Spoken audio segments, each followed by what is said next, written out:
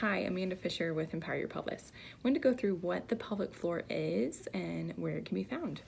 So this is a pelvis. The pelvic floor muscles are going to run from the front of the pubic bone back to the tailbone and sacral area.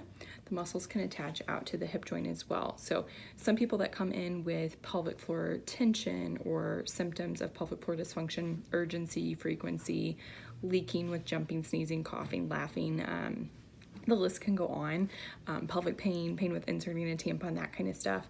They can also have hip pain. So say you're a runner, you went out for a jog, and while running or when you get done, maybe a couple hours after the fact of running, you might have left hip pain.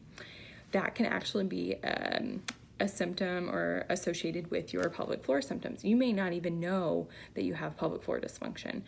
Maybe you just know that you have urgency, like the need to have to feel like you got to pee all the time. And you may not know that the two correlate, but they can actually be connected.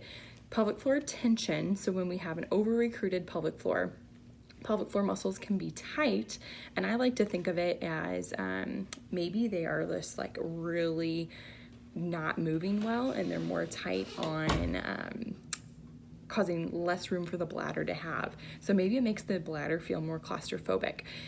With that, the muscles aren't moving very well, so they're staying tighter on the bladder.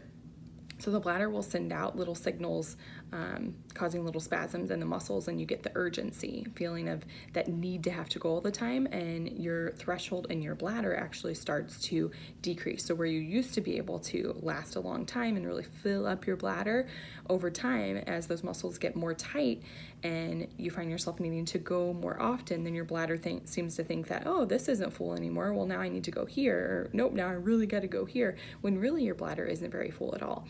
So finding help with exercises or seeing a pelvic floor physical therapist, you can learn how to retrain those muscles to start lengthening again, making the bladder not feel claustrophobic, like, whew, I can finally breathe again, let that urgency decrease, not using the bathroom as often either, and that can start to change the way your core is behaving together with the rest of your movements.